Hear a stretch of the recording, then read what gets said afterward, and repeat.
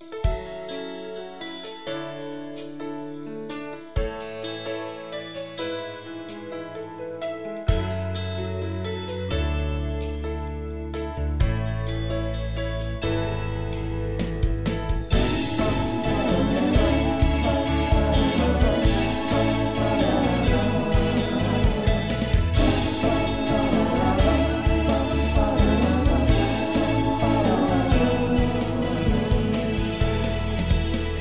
teachings you heard me proclaim in the presence of many witnesses, and entrust them to reliable people who will be able to teach others also. Take the teachings you heard me proclaim in the presence of many witnesses, and entrust them to reliable people who will be able to teach others also. Take the teachings you heard me proclaim in the presence of many witnesses, and entrust them to reliable people who will be able to teach others also. Take the teachings you heard me proclaim in the presence of many witnesses, and entrust them to reliable people who will be able to teach others also. 2 Timothy 2:2. Hallelujah, 2 Timothy 2:2. Praise the Lord. 2 Timothy 2:2. You and me, let us proclaim the gospel. 2 Timothy 2:2. Hallelujah. 2 Timothy 2:2. Praise the Lord. 2 Timothy 2:2. You and me, Let us proclaim the gospel of Jesus Christ. Take the teachings you heard me proclaim in the presence of many witnesses, and entrust them to reliable people who will be able to teach others also. take the teachings you heard me proclaim in the presence of many witnesses, and entrust them to reliable people who will be able to teach others also. 2 Timothy 2:2. Hallelujah, 2 Timothy 2:2. Praise the Lord. 2 Timothy 2:2.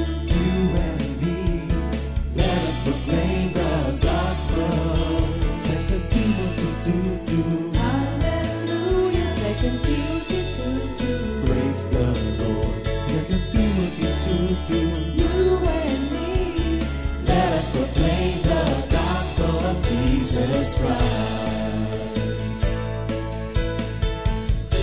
The harvest is plenty, but the workers are few. But as for me and my house, we will serve the Lord. We will serve the Lord.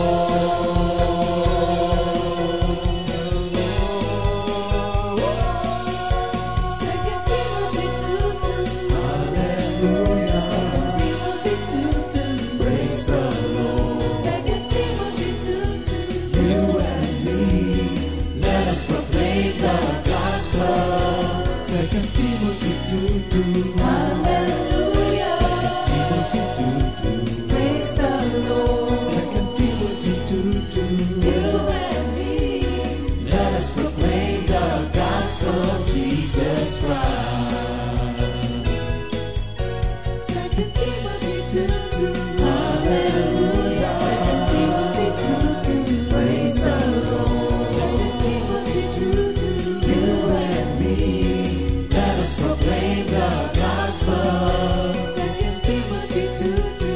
Hallelujah. 2 Timothy 2:2. Praise the Lord. 2 Timothy 2:2. You and me, let us proclaim, live on this day, delight in the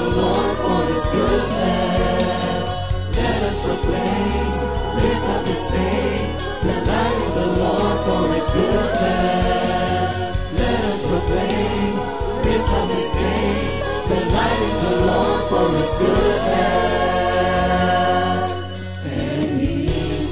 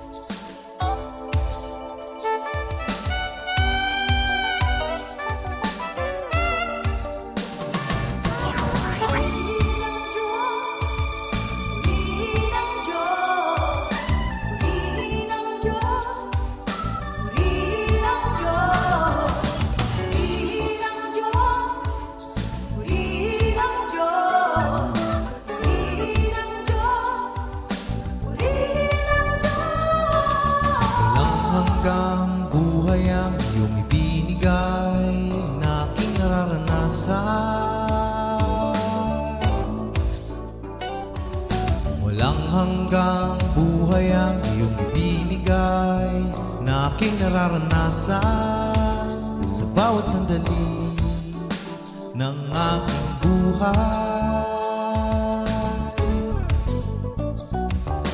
Tunay at dakila ang iyong pagmamahal sa aking Panginoon. Walang hanggang buhay ang iyong ibinigay sa akin.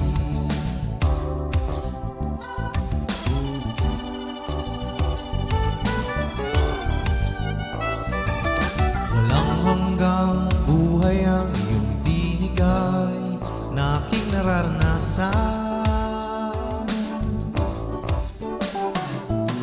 Walang hanggang buhay ang iyong ibinigay na aking nararanasan sa bawat sandali ng aking buhay. Tunay at dakila ang iyong pagmamahal sa aking Panginoon. Walang hanggang buhay ang iyong ibinigay sa akin. Kamangha-mangha, kamangha-mangha, kamangha-mangha ang pag-ibig mo. Walang hanggang buhay ang iyong ibinigay sa akin.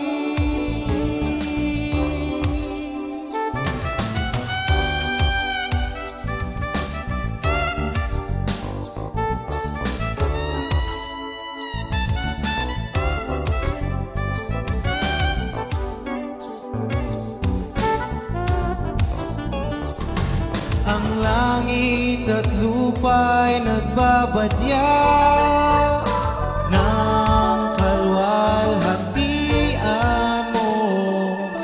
Kay ganda ng buhay ko taglay.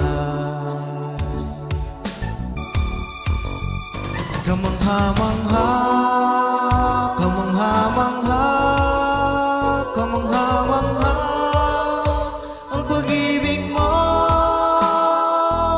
Walang hanggang buhay ang iyong ibinigay sa akin. Kamangha-mangha, kamangha-mangha, kamangha-mangha ang pag-ibig mo. Walang hanggang buhay ang iyong ibinigay sa akin.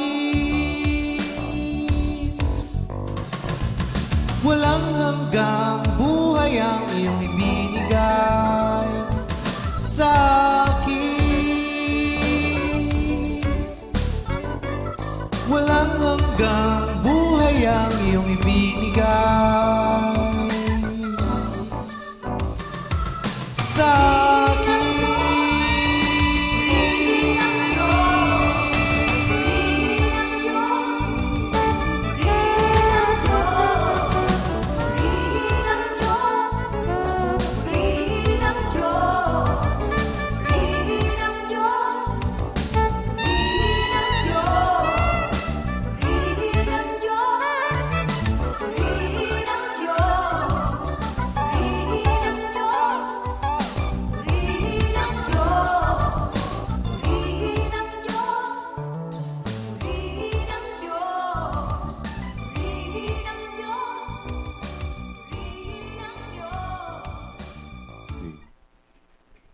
Good morning, morning, Jesus. Jesus. Magandang umaga po Hallelujah. sa ating Thank lahat. you, Lord. Narito na naman po kami, mga kapatid.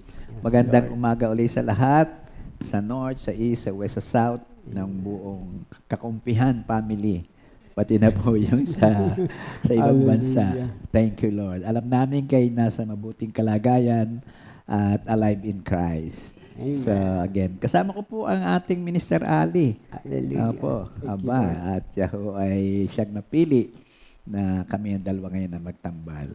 Well, anyway, I think we should pray first muna para tayo ay magayad-agad ang Holy Spirit. Opo. Muli, Lord, kami po ay paulit-ulit na nagpapasalamat sa iyo sa iyong paggamit sa amin sa mga ganitong gawain. Una po ay wala kami pagmamalaki dahil lahat pong aming natututunan ay galing din sa iyo. Kaya nga po kami humingi sa Espiritu Santo na mula sa aming pagbabasa ng iyong text for today hanggang sa pag-meditate at pag-share ng mga reflection on this, galing din po sa iyo. Salamat po sa iyong pagtitiwala at aming pong kaluguran na ang lahat ng ito ay maitaas namin ang pangalan Jesus, ang glory mo, O God, at sa dulo pa noon ay marami ang maging bunga ng aming pag-aaral na ito. Nagpapalinis po kami, Lord, dahil po pagkagising parang meron agad na gustong maging hadlang. At salamat sa kapayapaan na simbolo naman ng iyong pagpapatawad. So sa pangalan ng Jesus, all for your glory again, Father. In Jesus' name, Amen. Amen. Amen. Mr. Ali, thank you, Lord. Amen. Memory verse po tayo of the week. Sige. Sa Thank you. John 15 verse 5, I am the vine and you are the branches. He who abides in me and I in him bears much fruit. For without me, you can do nothing. Thank you, Tama Lord. Sa ating Sa talakayan. Tagalog naman, sa Tagalog. Sa Juan 15, verse 5, ako ang puno ng ubas, kayo ang mga sanga. Ang nananatili sa akin at ako'y sa kanya ay siyang nagbubunga ng marami. Sapagkat kung kayo hiwalay sa akin, ay wala kayong magagawa. John 15, verse 5. Thank you, Lord. Hallelujah, hallelujah. So, Minister Ali, kumusta ba? Oh, mabuti naman po. Still alive and kicking. At nag-i-enjoy sa gawain ng ating Panginoon. Oo nga, thank you, Lord. Si Minister Ali po ay nakasama namin sa Bulacni nung Sunday. Siyang pinadala ng ating church dahil kulang po kami doon sa sa tumutugtog. At yung pong aming lead guitar doon, yung Sister Mabe Lalog, ay nagre-review. Siya po ay pulis. Malapit na maging ganap na pulis. Para yung ating pulis sa Nasugbo, di ba? May police woman din tayo sa Nasugbo. Ganun nga ba? So, nagre-review po siya at nagkataong Sunday morning. So, anyway, blessing na rin naman sa atin at ito nga pinadala sa Minister Ali. Siya naman po yan, parang wala rin dumating. Kasi sanay daw kami sa kanya. From north to south po From ang north to biyahe south. ko. Oo nga daw eh. Well, anyway, kaya naman sabi ko parang wala rin dumating. Ikaw na may family na doon, Ayan naman. Yung pagka-stay mo doon several times ay hindi na rin malilimutan yung impact. Glory to God, of course. So, siguro ay tayo ay dumako na sa ating pag-aaral. Ang ating pong pag-aaral ngayon ay yung ika-6 na church sa ating pinag-aaralan sa Revelation. Ito po yung simbahan ng Philadelphia. Before the word, taken from Revelations 3, 7 to 13, tayo po ay aawit muna, isang awit ng pagpapalakas ng Espiritu. Give thanks with a faithful heart. Napaka-notable po, memorable tong kantang ito, kasi nung makita ko yung mga message dito, may sabi doon na, let the weak say I am strong. Yan po ang yan po ang Philadelphia sa message ngayon. At yun namang, let the poor say I am rich. Ito naman po yung Smyrna na sabi ni Lord no, you are rich. Poverty-minded kasi at gawa ng mga challenges in life. So, ito po yung awitin natin at very familiar. Give thanks with a grateful heart. Give thanks with a grateful heart. Give thanks to the Holy One. Give thanks because He's given Jesus Christ, His Son. Give thanks with a grateful heart. Give thanks to the Holy One. Give thanks because He's given Jesus Christ, His Son. And now let the weak say, I am strong. Let the poor say, I am rich, because of what the Lord has done for us. And now let the weak say, I am strong. Let the poor say, I am rich, because of what the Lord has done for us. Give thanks. Thank you, Lord. Minister Arnold, Sister Sally, thank you, Lord po. Purihin ang ating Diyos. So, ang ating pong pag-aaral, gaya ng sabi, ay nasa pahayag 3:7-13. Minister, pwede bang pakibasa? Yes po, sa Tagalog po ito. Ang mensahe para sa iglesia sa Philadelphia. Isulat mo sa anghel ng iglesia sa Philadelphia. Ito ang sinasabi ng banal na mapagkakatiwalaan at ang may hawak ng susi ni David. Walang makakapagsara ng anumang binubuksan niya at walang makakapagbukas ng anumang sinarhan niya. Alam ko ang mga ginawa mo. Alam kong kaunti lamang ang iyong kakayahan. Ngunit sinunod mo ang aking salita at naging tapat ka sa akin. Kaya't binuksan ko para sa iyo ang isang pinto na hindi maisasara ni numan. Tignan mo, palalapitin ko sa iyo at paluluhurin ang mga kampon ni Satanas na nagpapanggap na mga Hudyo, ngunit hindi naman. At sa halip ay nagsisinungaling. Malalaman nilang minamahal kita, sapagkat tinupad mo ang aking utos na magtiis. Iingatan naman kita sa panahon ng pagsubok na darating sa lahat ng tao sa buong daigdig. Darating ako sa lalong madaling panahon, kaya't ingatan mo kung ano ang nasa iyo, upang hindi maagaw ni numan ang iyong gantimpala. Ang magtatagumpay ay gagawin kong isang haligi sa templo ng aking Diyos, at hinding-hindi na siya lalabas doon. Isusulat ko sa kanya ang pangalan ng aking Diyos at ang pangalan ng kanyang lungsod. Ito ang bagong Jerusalem na bumaba mula sa langit, buhat sa aking Diyos. Isusulat ko rin sa kanya ang aking bagong pangalan. Ang lahat ng may pandinig ay makinig sa sinasabi ng Espiritu sa iglesia. Thank you, Lord. Sa Revelations 3:7-13, napakaganda ng pagkabasa. Glory to God. Hallelujah. Ang ating pong actually highlighted verse dito ay doon sa verse 8, yung pong pagkakasabi na, alam ko ang mga ginagawa mo, alam kong kaunti lamang ang iyong kakayahan, ngunit sinunod mo ang aking salita at naging tapat ka sa akin. Kaya't binuksan ko para sa iyo ang isang pinto na hindi may sasara ni numan. Doon po ang focal point natin. So again, salamat kay Lord at siguro po makikita nyo sa inyong mga screen yung pong relasyon ng bawat simbahan na ating pinag-uusapan. Thank you, Lord. Ito po siya. At ayan. So, yan po siya.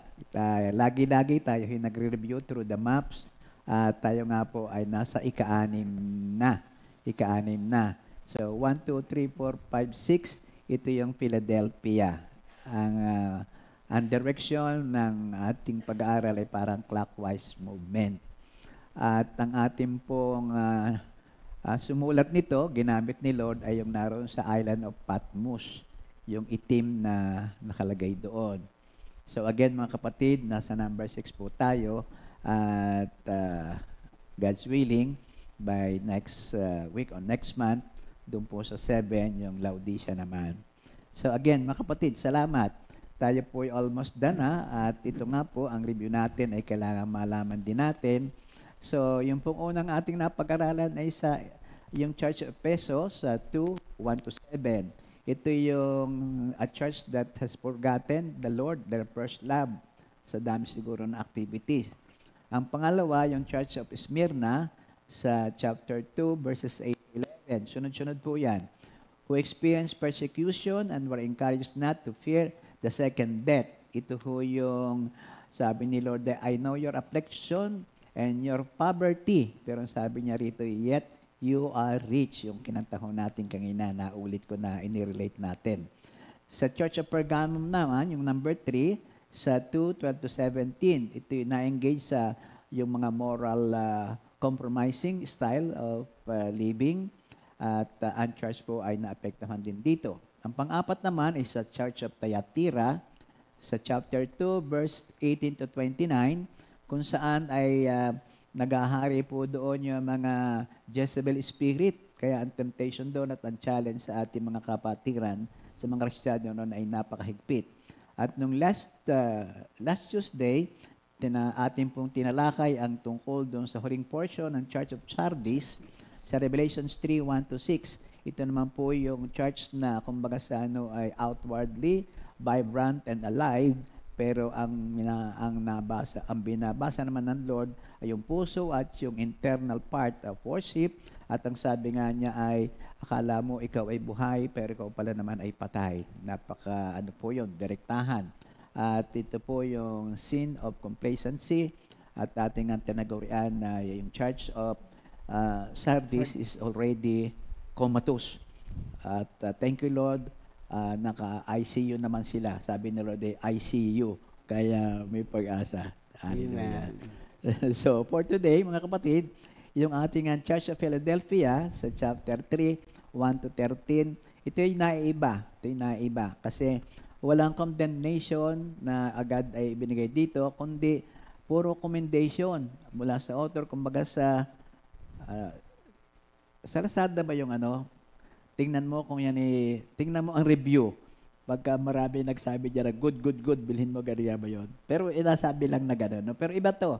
Si Lord na mismo nagsasabi, ikaw ay committed, you are faithful, at ang title nga po natin ay The Church That Is Faithful, Committed, Weak But Worthy. Weak but Worthy. Itong ating title. Praise the Lord. Hallelujah. Minister, ako ba'y pwede magtarong sa iyo? Opo. Personal? Kahit po mat. Kahit mat. Kasi ako bawat church, tinatanong ko sarili ko. Sana tinatanong ko, ito ba ang Kompi? Ito ba ang Bulaknin? Ito ba ang Sampabyan? Itong pinapag-aralan. Ay parang hindi kayang sagutin na fair and square, ano? So, ang ginagawa ko na lang doon ay, itinatanong ko na ang sarili ko kasi I'm part of the church. Sabi ko, ako ba to? Ako ba to? Halimbawa, yung pinaka-latest na lang, yung Church of Sardis. Sabi ko ay, ako ba ito? Kasi ako ba yung para bagang indifferent, kumpante, basta ang ginagawa ko, gagawin ko, bahala na kayo. Ako ba to? Hindi ko pa rin masagot kasi ito pang susunod na church ay pwede rin ako kasama rito. Mga kapatid, kayo magtanong din sa inyong sarili kung sino kayo, kanong klaseng simbahan ang nasa puso ninyo. Ikaw, minister, ano ba sa palagay mo masasabi dyan?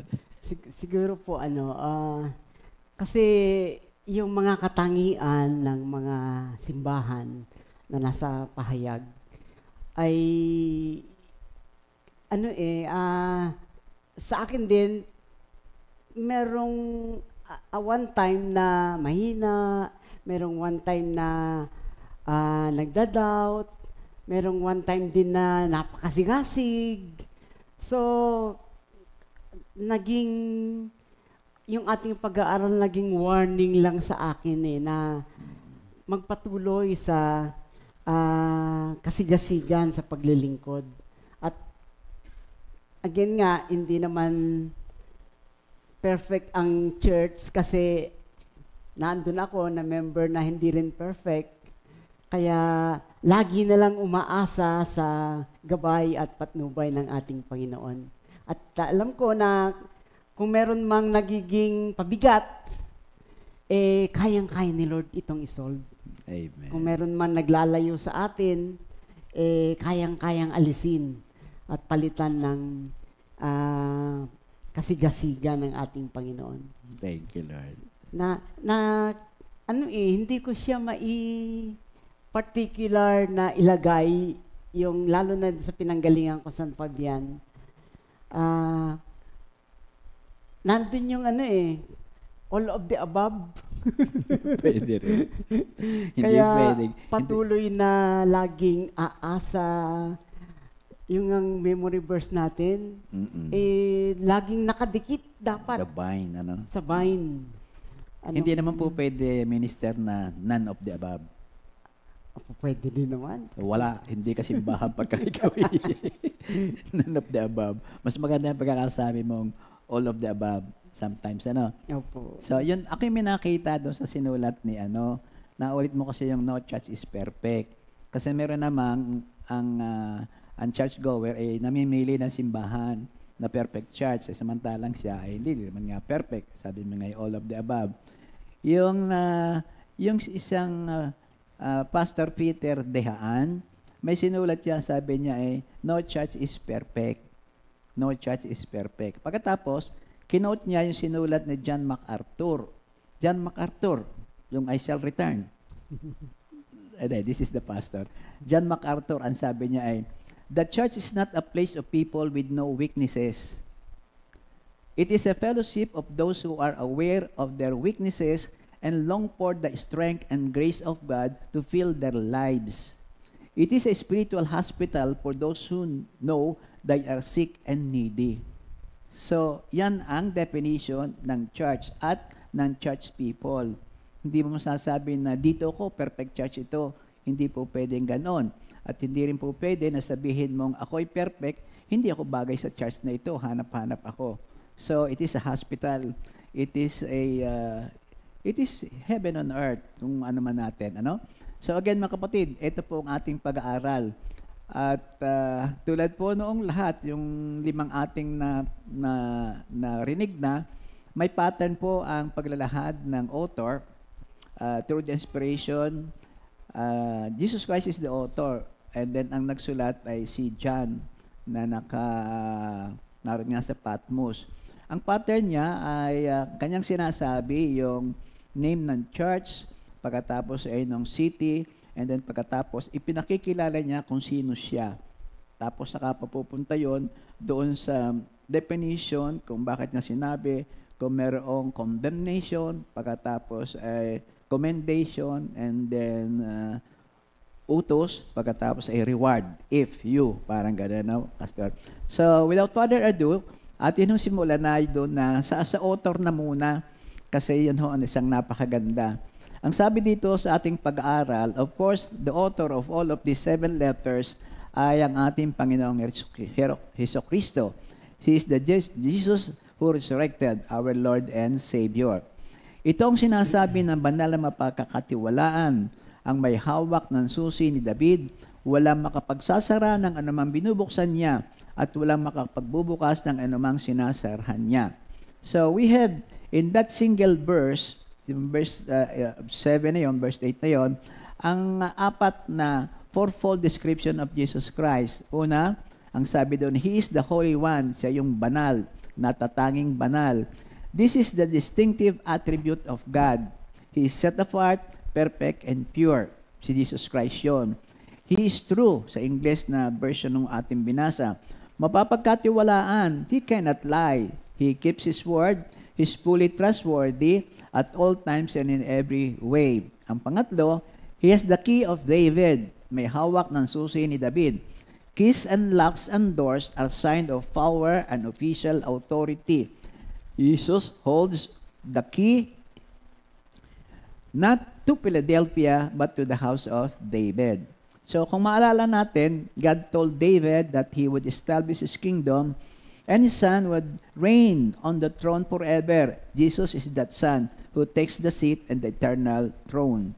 So Jesus is the one who opens and shuts the door. He's sovereign over all. He's powerful, able to open and shut.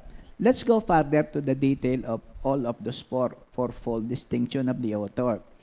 Doon sa pagkakasabi niya na He who is holy, sa verse 7, yung pangalawang part noon.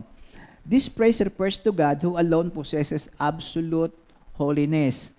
By declaring Himself to be holy, Jesus Christ makes a clear and direct claim that He is God. When He describes God as holy, we are saying that He is completely separate from sin. Completely separate from sin. That is the holiness of God. He is pure and absolutely flawless. So ang sabi pa rito ay, because Jesus Christ is holy, His church must also be holy. He is our head. Kung ano ang ating ama, dapat ganun din ang kanyang anak. Sa 1 Peter 1:15-16, dahil ang Diyos na pumili sa inyo ay banal, dapat din kayong magpakabanal sa lahat ng inyong ginagawa, sapagkat nasusulat, magpakabanal kayo sapagkat ako'y banal. Be holy, for I am holy. That is the message that binibigay sa atin dun sa holiness niya, dapat ay nasa atin yon. Ang pangalawa is He is true. Yung ginamit ditong ancient Greek ay yung salitang aletinos, A-L-E-T-H-I-N-O-N, nang ibig sabihin ay real or genuine. Jesus is true in all who He is. He is the real God and the real man. 100% God, 100% man. At dun sa pangatlo, He has the key of David who opens and no one shuts, and shuts and no one opens. Pag sinabing key, tulad na naulit natin kanina, ang ibig sabihin nito yung authority, the authority of Jesus Christ.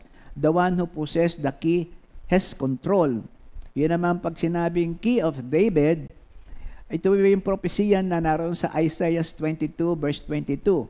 Ibibigay ko sa kanya ang susi ng sambahayan ni David, walang makakapagsara ang anumang buksan niya at walang makakapagbukas ng anumang sarhan niya. Yan ang sinasabi din sa Revelation 7 doon sa pangalawang bahagi nito. Jesus showed He is also the keeper of the keys and the door. Jesus expresses power and authority especially to admit and exclude. I am the door. He is the door and He is the doorkeeper. Kaya napaka-exclusive ito sa isang God.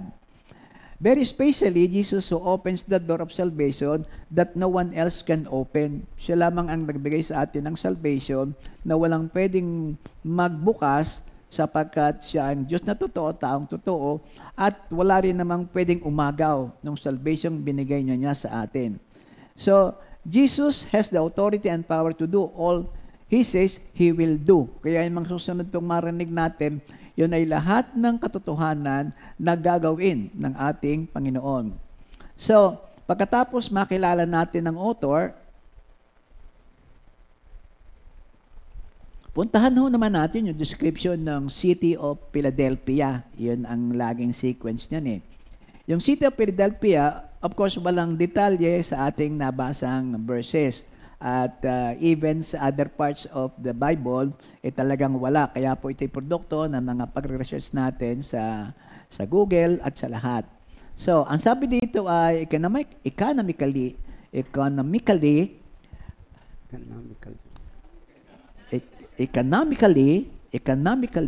yun. Prosperous ito, itong city na ito. In what sense? Ito kasi napaka-fertile ng lupa nila, so may base agriculture. Yung Smyrna ay sa gold yata yun, kaya sa ay wealthy rin. So Philadelphia commanded one of the greatest highways in the world. The highway which lead from Europe to the east. This is the melting pot. Europe to the east, kaya ang negosyo nakasentro dito. At ang kanilang number one pang-export is yung product ng kanilang agriculture. More particularly, yung grapes and the byproduct, wine. Kumbaga sa atin, ano bang ating dapat na pang-export? Dapat produkto ng agriculture kasi tayo yan, agricultural country. Yon ang sitwasyon. The city was also known for beautiful buildings. Ang tawag dito nga ay Little Athens. Little Athens dahil nga marami doong building na magaganda ang pagkakayari dahil napakaraming Diyos. Napakaraming Diyos. Pero over and above na sikat siya sa mga architectural buildings, ito ay sikat din sa dami naman ng earthquake na bumibisita roon. Sa dami ng earthquake na bumibisita roon. So, to walk through its temple scattered street was to be reminded of Athens, the center of worship of the Olympian gods. Iyon ang pagkakasabi ni Barclay. Pagka magbibisita raw tayo doon ngayon, may mga remains pa, yung mga ruins, makikita mo yung mga sinasabi na temple at lahat ng mga pillar na naiwanan at gawa noong mga earthquakes na dumaan. So, location-wise, ang sabi po dito ay ang Philadelphia daw ay 30 miles from Sardis. So, kung Sardis ay number 5, 30 miles from Sardis, this is about 30, that is about 70 kilometers. So, more or less, malapit ka na sa Lipanyan from here. Southward kasi yun eh. Pare kayo nasa Tanawan. Yun, mahilig lang ako sa ganun na mga kapatid. At ano lang po, frustrated akong manunukat. Praise the Lord. Kaya ako katabi ko, manunukat, na-remind lang ako. Ayun. So, salamat sa Diyos. So, ang location nito ay parang daroon sa Hermus Valley. At nagbabranch out doon ang marami pang valley. Isa sa valley na yon ay ito na nga ating pinag-uusapan na Philadelphia. Ano ba yung valley? A valley is a wide flat piece of land na covered by mountain ranges. Kaya kumbaga sa by nature, it is well protected by kung anumang masamang timpla ng hangin, mga bagyo o wala. Yun nga lamang, siya naman ay earthquake kasi volcanic yung naka-mountain is all alive eh. By the way, yung kung ito ay valley na nasa ilalim na ganyan, doon sa ridges na yan, ando naman yung mga plateau. Mga plateau. At isa doon yung Sardis. Yung mataas ng Sardis, isa doon. Kaya yun ang sitwasyon ng dalawang simbahan na ito. So, ito nga siya, at ang sabi nga dito ay, because this is a very rich valley, parang Cagayan Valley. Ano ba ang sikat? The rice bowl. Rice granary of the Philippines. Kasi very flat siya, very fertile yung ating Cagayan Valley. This one also is very, very good sa agriculture. Specific nga daw ay sa grapes and yung byproduct niyan ay napakamahal para doon sa kanila. Ano ba yung halimbawa, ang Lipa at saka ang Tagaytay, ito naman ay yung kumbaga sentro naman ito ng kape. Barakong kape. Well, anyway, yun ang ating Philadelphia. Napaka-fertile, napaka-rich because of agriculture, pero yun nga lamang siya ay pinahihirapan ng lindol. Siya ay pinahihirapan ng lindol. So, that is the location, geographic location of the city. Importante mga kapatid kasi may relasyon sa pag-aaral. Yun namang historical and political history ng ating Sardis, itong pangalang ito ay galing doon sa brotherly love of one brother to another. Yung King of Pergamum, yung isa sa ating simbahan, natuwa doon sa kanyang kapatid na ang pangalan naman ay si Attalus II. At ang tawag sa kanya ay Philadelphus, Phus. Kaya nung i-award sa kanya, as a reward, natuwa, magkaibigan, nagmamahal na magkakapatid, natawag na ito na Philadelphia. Brotherly love. Yun ang pinagkunang pala nito. Sabi ko kay Pastor, may relasyon ba ito doon sa Philadelphia, sa Pennsylvania, America? Research ulit. Wala naman pala. Akala ko kasi meron isang misyonaryo galing sa Philadelphia, Turkey, na nagpunta roon at in-adapt niya yung pangalan ng kanyang lugar. Wala naman pala. Kumbaga sa yung founder ng Philadelphia, Pennsylvania, ay nagba-Bible din, nakitang napakagandang pangalan ng Philadelphia, kaya yun ang kanyang in-adapt. Parang Corinto. Pag sinabing Corinto, rich city of the old Israel. Kaya yun ang kanilang inalagay na pangalan. Speaking of, ikaw ba'y familiar dito, Pastor? Ano ang maalala mo pag sinabing sa Philadelphia ng Pennsylvania? Maalala ka ba dyan? Hindi po ako familiar sa Philadelphia eh. Noong kailan, mahilig din ako sa basketball. Yun, kaya noong unang pasok ang mga TV, yan ang aking favorite, ng basketball. Yung Philadelphia 76ers, yun, at saka yung mga kalaban. Famous dito sa team na ito ay yung sina Julius Erving, yes, opo, Moses Malone, Wilt Chamberlain. Magaling ako sa basketball noong araw na yon. Magaling akong manood. At alam ko yung, para sila Pastor ngayon, alam ang kwento nung nangyayari ngayon sa NBA. So, other than that, napakaraming tao daw doon. At somehow, meron ding spirit ng friendly family doon. Kaya kung kayo pupunta roon, ay di sige. At tignan nyo yung arena doon. Maganda rin arena ng 76ers.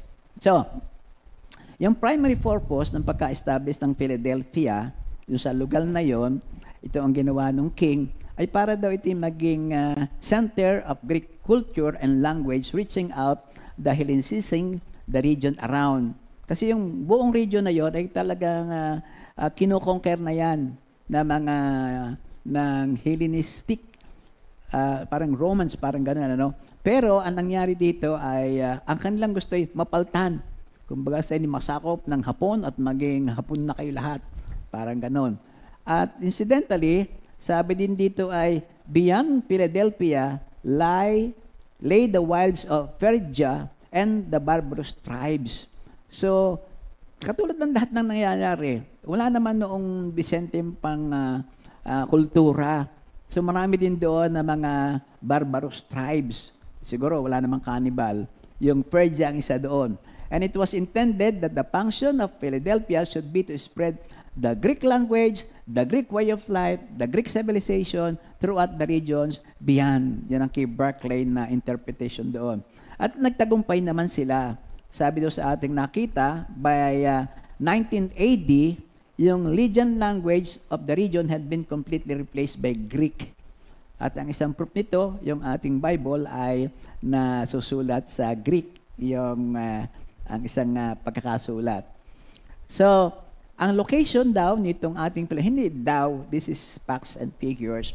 Ito daw ay tinatawag na gateway to the east, gaya ng naulit natin, sentro, at nag-branch out doon ang papunta sa iba't ibang lugar ng east area. So, nung naulit natin, nakangina ay sikat ito sa grapes and byproduct of which is wine. Doon naman ngayon, nagkameron ng established na pananampalataya sa isang Diyos, Diyos of wine. Ang tawag nila dito si Dionysus. Deo, N-Y-S-U-S. Dionysus, the wine god. Walang masama. Ang masama lamang ay tuwing may harvest, ay di nagse-celebrate. At yun na, debauchery na. Walang humpay na inuman, lasing. And of course, lagi na lamang may kasamang immorality, sexual immorality. Kaya yun ang isang malaking ipinagpipray ng Church of Philadelphia. So ito nga siya, at salamat sa Diyos, At itong Philadelphia, sabi ay meron daw doon isang para bang makikita pa na semblance of the Philadelphia. Ang tawag dito ay the city of Al-Sihir. A-L-A-S-E-S-I-R. Ito yung modern Turkey na more or less meron pa mga 41,000 people na sila ay, kung matatanong, ay ito nga daw yung kanilang Philadelphia. Amen. Amen. Thank you, Lord.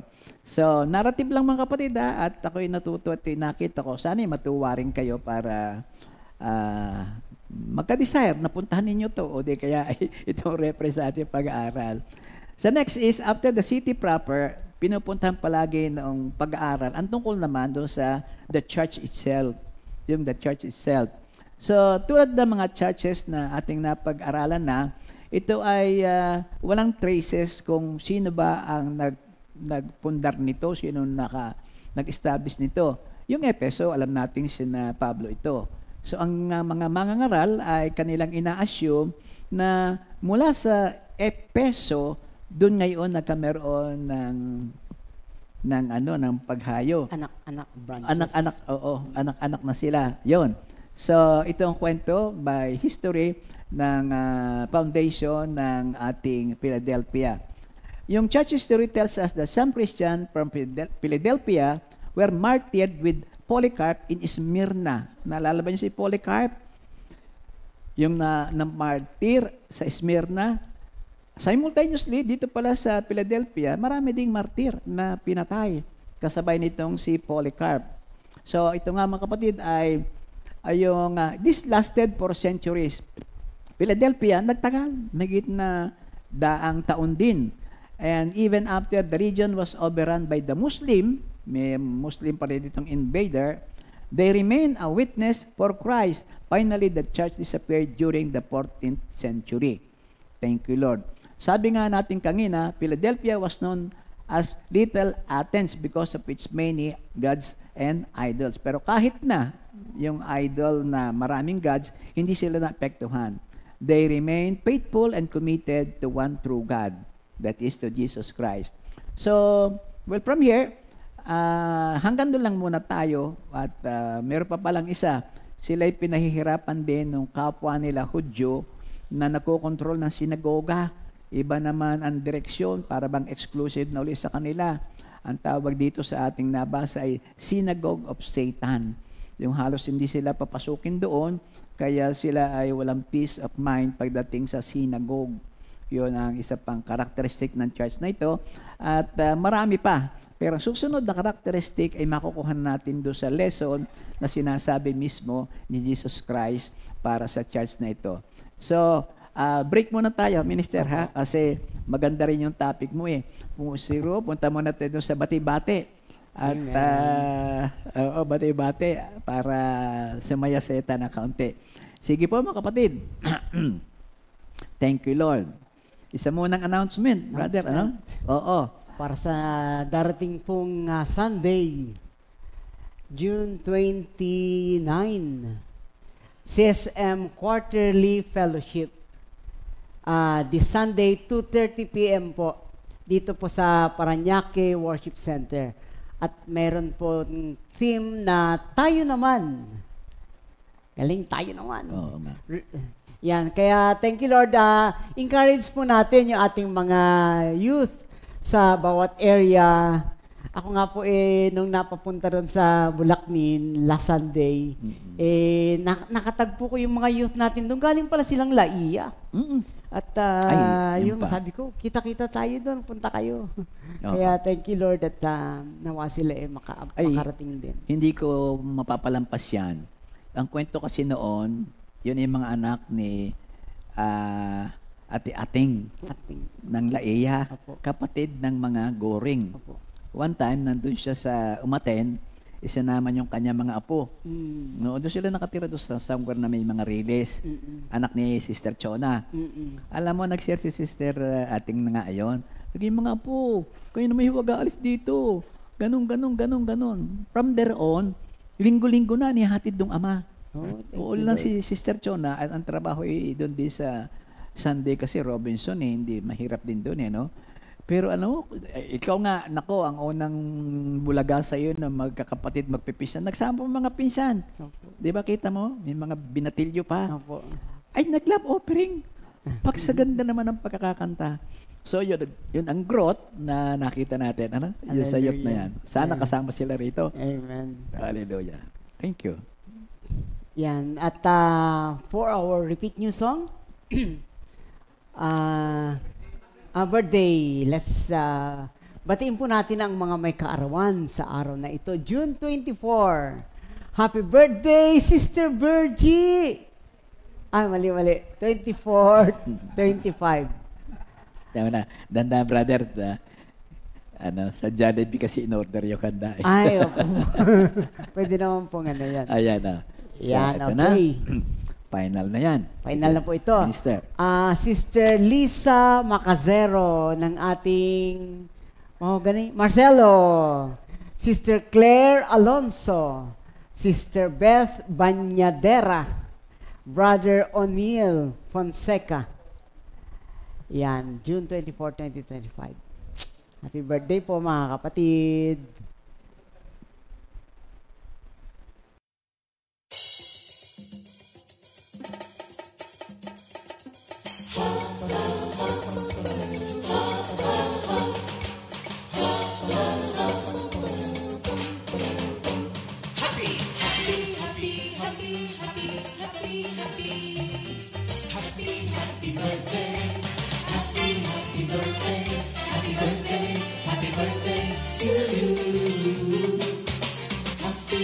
Anniversary, happy anniversary, happy anniversary. Happy anniversary. May the good Lord doesn't leave you, may the Lord's light shine upon you. Happy anniversary to you. Happy birthday to you.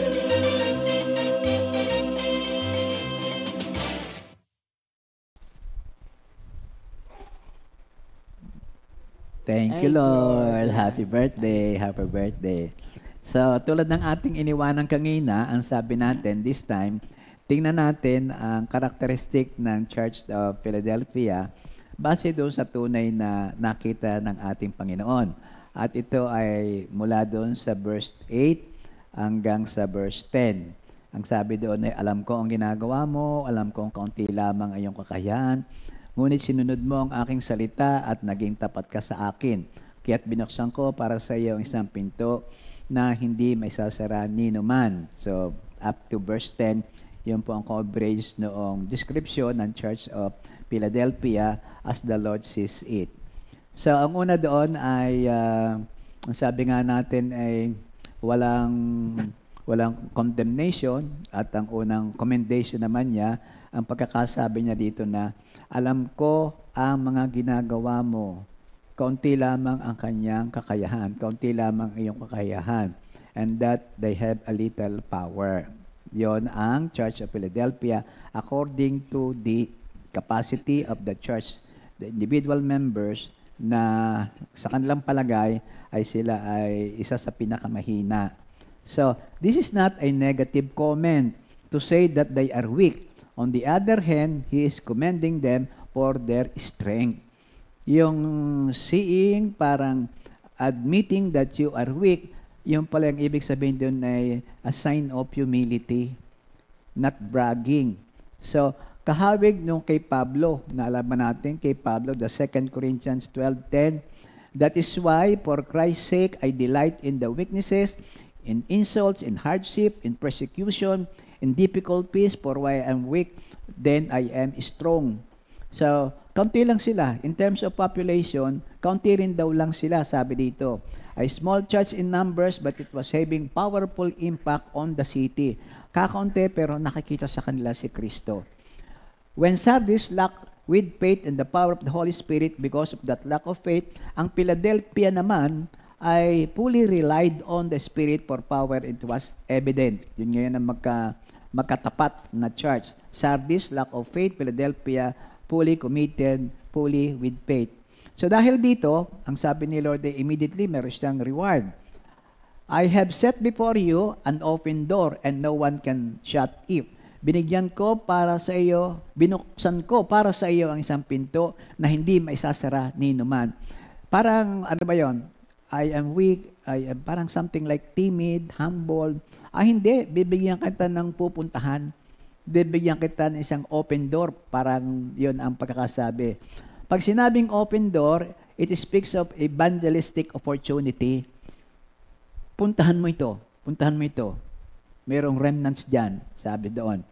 So, Jesus told them he had opened the door of evangelistic opportunity and they must go through that door in faith. 1 Corinthians 16:8-9, titigil ako sa Epeso hanggang sa araw ng Pentecostes dahil may magandang pagkakataong nabuksan doon sa mga gawain kahit na sa maraming kumakalaban. Tayo, experience na nito mga kapatid, yung mga ino-open sa ating opportunity ni Lord. Ano po, makikita po natin yan. At yun po sana'y huwag nating palagpasin. Sa history ng Philadelphia, they had a great evangelistic calling. Yun ang kanilang binigay na assignment sa kanila ni Lord. The city had the mission of spreading God's culture and language through the whole region. Una, socially and politically, ang kanilang ini-spread nung the totality of the population ay yung Greek culture. Pero since sila ay oriented doon, yung member of the church, ay di, yun din ang kanila to spread the gospel of the Lord. Yun ang isang message dito. Jesus opened the door for the Christian of Philadelphia to spread the culture of His kingdom through the whole region. So, yun ang una. Sabi dito, see that they had this open door. Sometimes, God sets an open door for purposes like this in front of us, but we don't see it. Yun ba'y nangyari na sa inyo mga kapatid? Merong example na sinabi siya na si Spurgeon. Si Daniel Pita ng isang member ng church at ang sabi, Pastor, ibig ko hong mag-mission na rin. Paano ho magagawin ko para ako'y ma-qualified? Ang sabi ni Spurgeon, isa sa ating paborito, ano bang trabaho mo? Ang sabi noong brother ay, ako po ang chief engineer ng train dito sa atin. Chief engineer. Yung train na yung may may usok pa. Makinista. Makinista. Siyang driver. Parang ganon. Chief mechanic siya doon. Hindi ito yung bullet train ha. Ito yung ginagatungan ng kahoy. Steamboat. So, kumusta ba yung katabi mo na nagkakarga ng kahoy, ng charcoal para tumakbo ng tuloy ang train? Okay po naman. Sila ba ay kilala na ba nila si Kristo? Hindi ko lang alam. Ay sabi ni Spurgeon na isa, yun ang una mong misyon. Pakilala mo ko si Kristo doon sa naroon. Tayo mga kapatid, baka po yung ating member ng family ay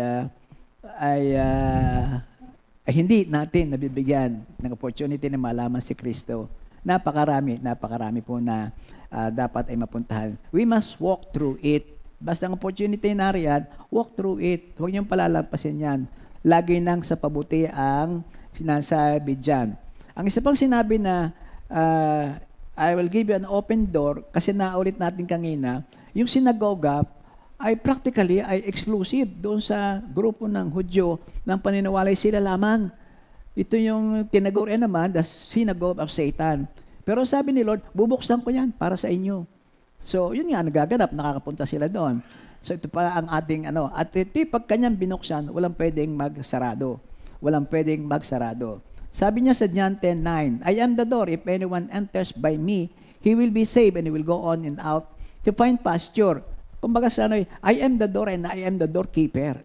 Kaya yung assurance na pag ito'y binigay sa iyo, puntahan mo at ikaw ay magtatagumpay. So, little strength does not imply weakness. Ay mahina po kami.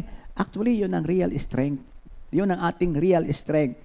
And it seems na pagka ikaw pala nagsabing, I am weak, ito'y parang a person who is weak, but Christian and committed and faithful, yan daw tao na yan ay lagi nang nakaluhod. Lagi nang nagdadasal.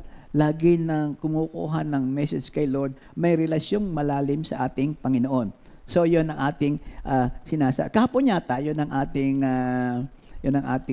papyaw na napag-usapan. So, ang opposite naman nito, yung weak, ay yung boastful na maingay, mayabang, pero hindi pinagmayabang si Kristo. Ang isang magandang halimbawa niya ni si Pablo doon sa 2 Corinthians 12:17. Ngunit hindi ako magyayabang sa dami ng kamanghamanghang mga bagay na saksihan ko. Ang pagkakasabi niya, pag nagpunta ka na doon sa nasa isa niya, yung wreck niya, mga sufferings niya, I have kept my word and have not denied my name. Ngunit sinusunod na ang salita na naging tapat ka sa akin. In other words, alang-alang kay Kristo, ako ngayon nasisya sa gitna ng kahinaan, mga pagkutya, kahirapan, pag-usik, kagipitan. Sapagkat kapag ako'y mahina, doon ako nagiging malakas. Lakas ni Kristo yun. So yun ang Church of Sardis. At ito nga po tayo mga kapatid. At purihin ng Diyos. If you are weak and God is your power, Philadelphia. Ano sabi ko? Sardis. Naku na. Okay, sorry po mga kapatid. Philadelphia po, Philadelphia. Thank you, Lord. Their God has all the power. Submit it to God and God will be your power. When Jesus is all we have, we realize Jesus is all we need. Yun, mga kapatid. Yun ang Church of Sardis. I am weak. Philadelphia, you are listening, ha? Kumusta na kayo? Alive in Christ. Please pray for me, ha? Talagang nakapile na rito yung anyway, no excuse tayo na. So, praise the Lord. Ayun na muna ang Church of Philadelphia, how Jesus described it. At this time, tatawagin ko naman si Minister para sa mga share ng ating lesson for today. Yes, amen. Thank you, Lord. At doon po ako sa verses 11 hanggang 13. At ang sabi niya, Behold, I am coming quickly. Hold fast to what you have, and no one may take your crown. He who overcomes, I will make him a pillar in the temple of my God, and he shall go out no more. I will write on him the name of my God and the name of the city of my God, the new Jerusalem, which comes down from heaven from my God. And I will write on him my new name. Tapos sa verse 13, He who has an ear, let him hear what the Spirit says to the churches. Yan, Minister, So, ang command and then the reward. Yes po. Kung nagawa Actually, ito. itong verse 13, abangan po ninyo kasi kami ay ear. Sa mga susunod na pag-aaral. Yan. Opo. Body of the body of human body. Opo. Ear ka naman. Opo. Okay. Yan. So, thank you, Lord. Kinuha ko po yung mga key points again. Yung sabi niya sa unang verse, I am coming soon or quickly. Jesus emphasizes His imminent return, encouraging the church to be prepared and hold fast to what they have. Yan, meron pong sense of urgency. Parang doon sa Hebrews 10:25, sapagkat nalalapit na ang pagbabalik ng ating Panginoon. Kaya, actually, yung sense of urgency, pwede nating i-equate sa prioritizing, di ba? Lagi nating pa-prioritize ang seeking the kingdom and His righteousness. Doon sa hold fast to what you have, Jesus instructs the church to hold on to their faith, doctrine, and practices, ensuring they don't lose their spiritual foundation. Gusto ko pong talakayin itong hold fast to what you have. Ano nga ba yung nasa atin na dapat nating pangalagaan? Yan. So, hold fast to what you have, that no one may take your crown. Ito po yung mga naibigay na sa atin. Actually, meron na tayo nito. Spiritual gift and talents. Unique abilities, you may have a specific spiritual gift, talents, or abilities that God has given you to serve others and advance His kingdom. So, basically, yung spiritual gift, yung 9 fruits. Diba? 9 fruits, meron tayo niyan. So, dapat natin itong ingatan kasi kahapon narinig ko yung distractions. Yung nadidistract ka, hindi yung nasira, kundi yung distract. Now, out of focus ka. Kaya yun yung ating dapat na iingatan. Marami kasing distractions sa buhay. Kaya nga sabi ni Lord dito, hold on fast to what you have. Meron din tayong personal strength. Ito under the talents and spiritual gift. Personal strength. You may have personal strength such as compassion, kindness, or leadership that are essential for serving others and glorifying God. Diba? Ano na to kitang-kita na sa atin ito. Kita na sa atin yung meron tayong kabaitan, kabutihan, yung compassion. Hindi natin hinahayaan yung kapatid natin na aalis lang siya hindi man lang nakakarinig ng encouragement na galing sa salita ng Diyos. So, ang susunod is faith and relationship with God. Pangalagaan din po natin ito. You may have a saving faith in Jesus Christ, which is the foundation of relationship with God. And we also have intimacy with God. Mga dapat natin pangalagaan. You may have a deepening relationship with God, characterized by prayer, Bible study, and obedience. Yan po ang nagsasabi na meron tayong malalim na relasyon sa ating Panginoon. Lagi tayong nananalangin, lagi tayong nag-aaral ng salita ng Diyos, at sumusunod, tumutupad, obedience. At meron din po tayong ministry and service. Yan, dapat din po nating pangalagaan. Ministry opportunities. You may have opportunities to serve others, share the gospel, and participate in ministry activities that bring joy and fulfillment. Pangalagaan din po natin yung mga ipinagkatiwala ng Diyos sa atin. Alam nyo, mga kapatid, tinitignan ko po itong isang privilege na binigay sa atin ng Panginoon, yung pagbo-broadcast natin, itong GMJ. So, pangalagaan din po natin ito. Kasi ito ay inihabilin sa atin ng Diyos. Service to others.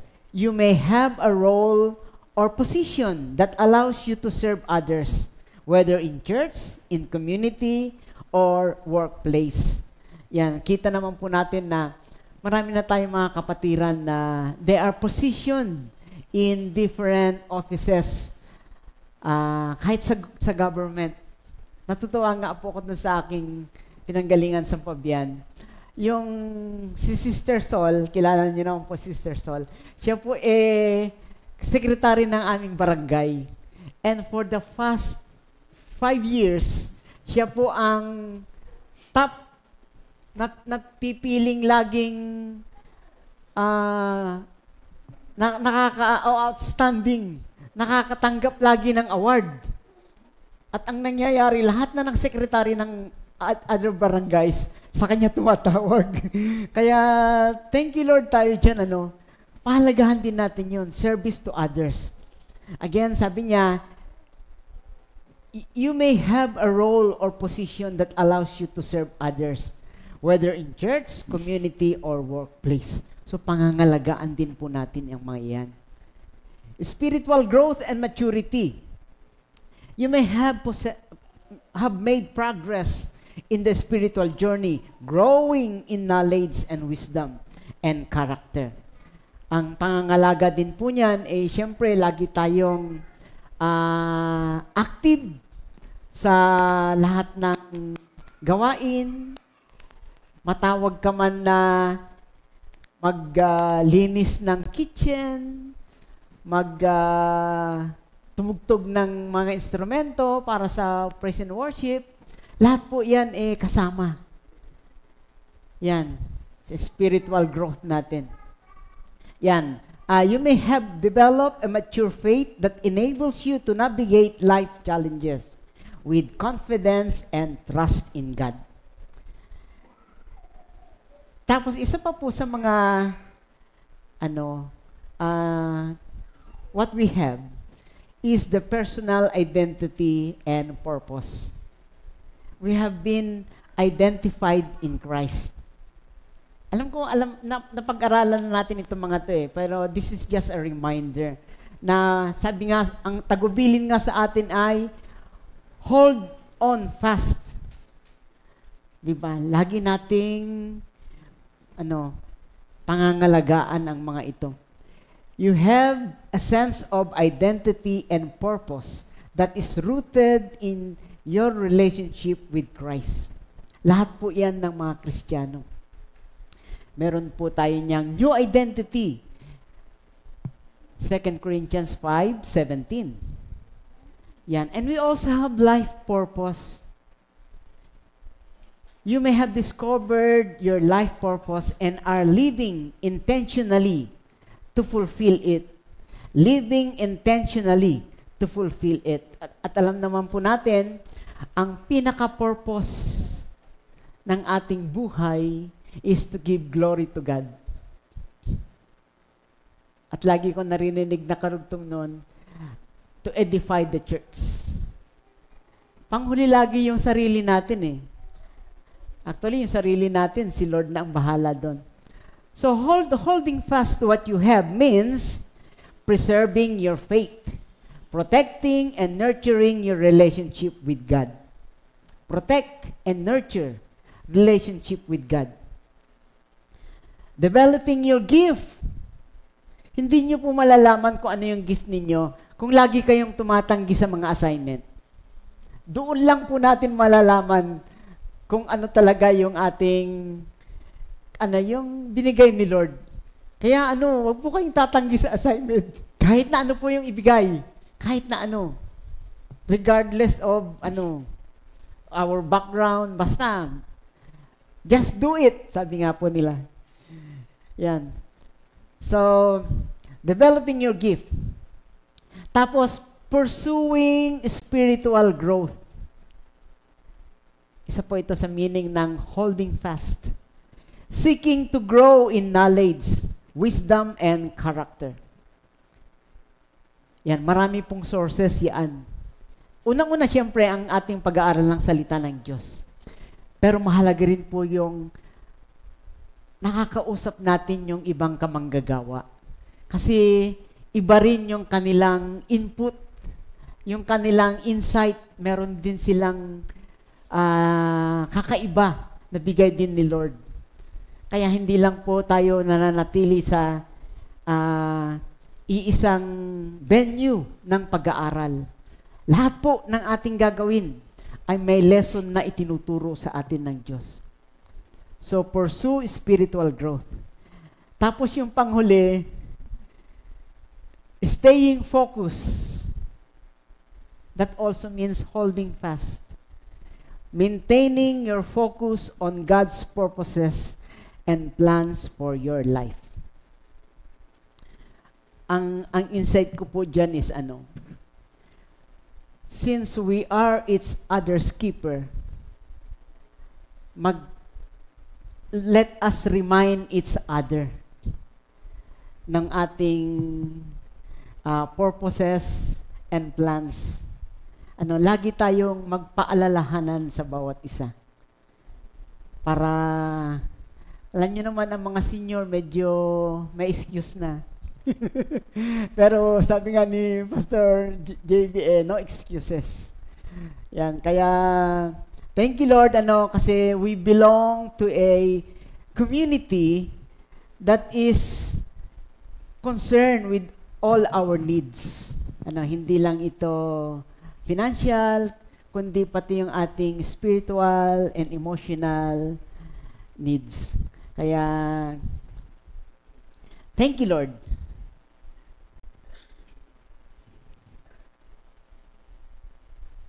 Meron po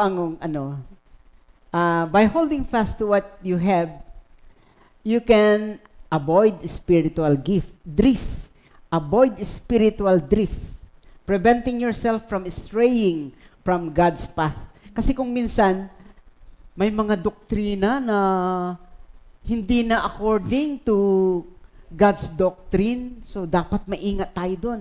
Napakaganda nga nung pinagdaanan nating pag-aaral tungkol sa mga doktrina ng ating Panginoon. So, preventing yourself from straying. Tapos, maintain spiritual momentum. Continuing, actually, na-convict ako dito eh. Kasi, after an assignment from far, far away, sabi ko, baka pwede naman akong magpahinga muna, maglilib muna ako. Tapos, nabasa ko ito. Sabi niya, di ba, maintain spiritual momentum. Continuing to move forward in your spiritual journey. Bawal daw ang nagpapahinga, kinakain ng leon doon sa Old Testament. Yun, kaya thank you Lord, sa patuloy na pagbibigay sa atin ng kasigasigan at kagalakan sa paglilingkod. Tapos, receive God's reward. Whether we like it or not, meron laging reward. Kahit na hindi yun doon tayo nakafocus, meron laging reward si Lord. And, it keeps us going. Yung mga reward natin, actually, hinahati-hati din naman natin yun sa mga, sa mga kapatiran natin at ginagamit natin for the advancement of kingdom. So, receive God's reward, being eligible for God's reward and crowns in eternity. So, thank you, Lord. Again, hold on fast to what we have para lagi tayong in-tuned. At may warning nga dyan yung hold on fast to what you have. Ang ibig sabihin yan, meron talagang nangaagaw. Meron talagang nangaagaw. Pero, hindi naman tayo nababagabag kasi ang sabi ng Romans, if God is with you, diba? No one could be against you. So, thank you, Lord. Thank you, Lord. Thank you, Lord. Thank you, Lord. Sasabihin ko, yung lesson ng Sunday, medyo, napakaganda ng kung meron kayong conclusion na just always remember, you are not dito sa mundong ito. Heaven is waiting for you. Yung big picture, kung makikita mo palagi sa buhay mo, maybe today, maybe tomorrow, maybe 5 years from now, pero every minute of the day, teach me to number my days. At pag ikaw ay doon nakatuon, yun ang tunay na huwag mong kalilimutan. Ang paborito ko dyan sa huwag mong kalilimutan na nasa atin na, at madaling maintindihan ko at nung iba, yung armor of God. Yung armor of God kasi, talaga yun nasa atin na. The helmet of salvation. Lagi mo ma-realize okay, ligtas na. Breastplate of righteousness. Wala na akong kaba. Shield of faith. Di ba? The sword, which is the word of God. The shoes, the beautiful shoes. Dadalhin ko saan gusto at naroon si Lord. Tapos yung prayer, yun ang palagi ko sinasabi na meron na tayo niyan, wala na makakagaw sa atin yan, kasi ang laban ni spiritual, kaya naka-armor of God ka. Hallelujah, hallelujah. So, mga kapatid, yun po ang kabuuan for now. At by next Tuesday, ang counting extension lamang po ay, meron kasi akong pinag-aralan na hindi ko na bigyan din ng highlight dun sa akin. Dun sa verse 9, meron ho dong isang, I think, pwede ho kayo mag-advance din ng pag-aaral tungkol dito. Sabi doon sa verse 9, I will make those who are of the synagogue of Satan, who claim to be Jews, though they are not, but are liars. Tapos sabi dito, I will make them come and fall down at your feet. Yun pala, magsasubmit din yun sa kanila by the power of God. And then ito ang maganda, acknowledge that I have loved you. Bira mo yung I have loved you. Matindi na yun. Love you na yun eh. No? So, that could be the focus naman ng ating pag-aaral next week. And then, thank you Lord, God's willing, by July, doon na po tayo sa Laodicea. In Jesus' name, Amen. amen, amen. Thank you, Lord. Thank you. Lord. And for the repeat new song of the week, I Will Stand, composed by Sister Mariam de Guzman. Sino yung Marian de Guzman? Taga, ano po, Candila.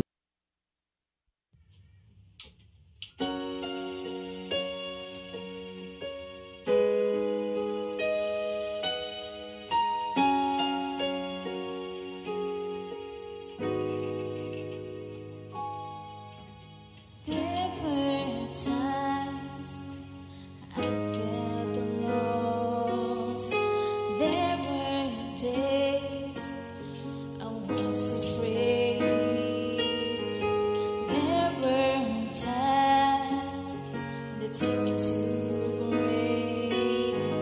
There were seasons I was weak, but again and again you rescue me.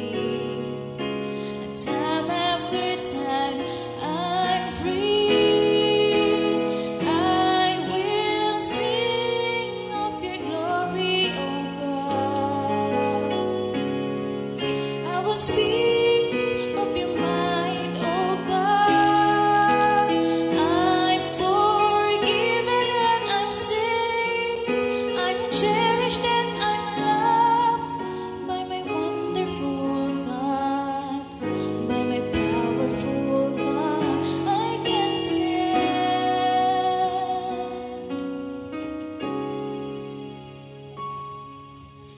Where can I hide? It is in your arms. Where can I thrive? It is in your care. Where can I rest? It is in your house. Where can I shine? It is in your love. Yes, again and again you rescue me. And time after time I'm free.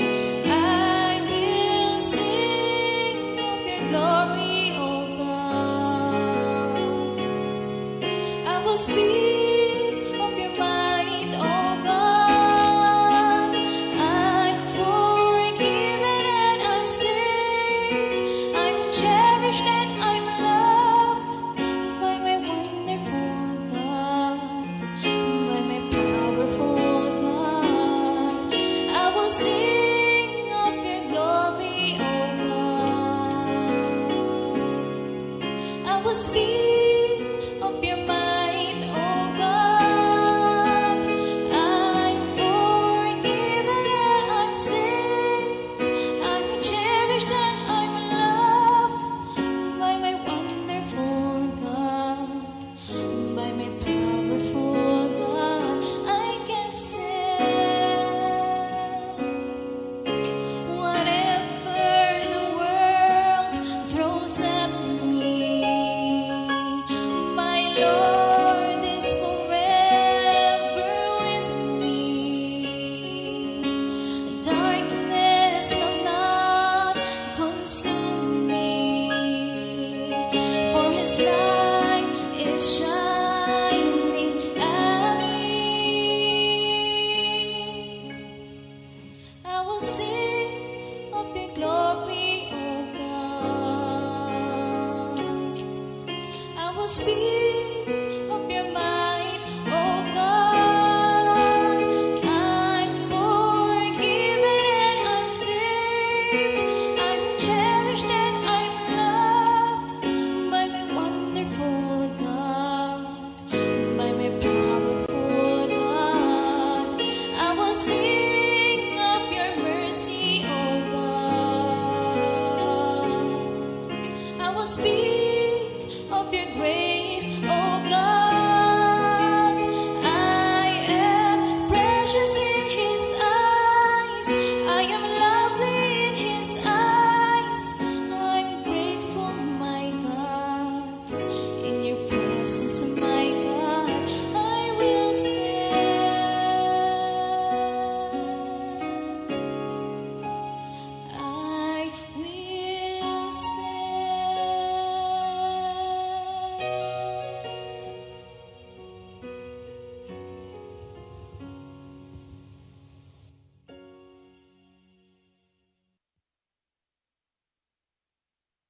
2 Timothy 2:2.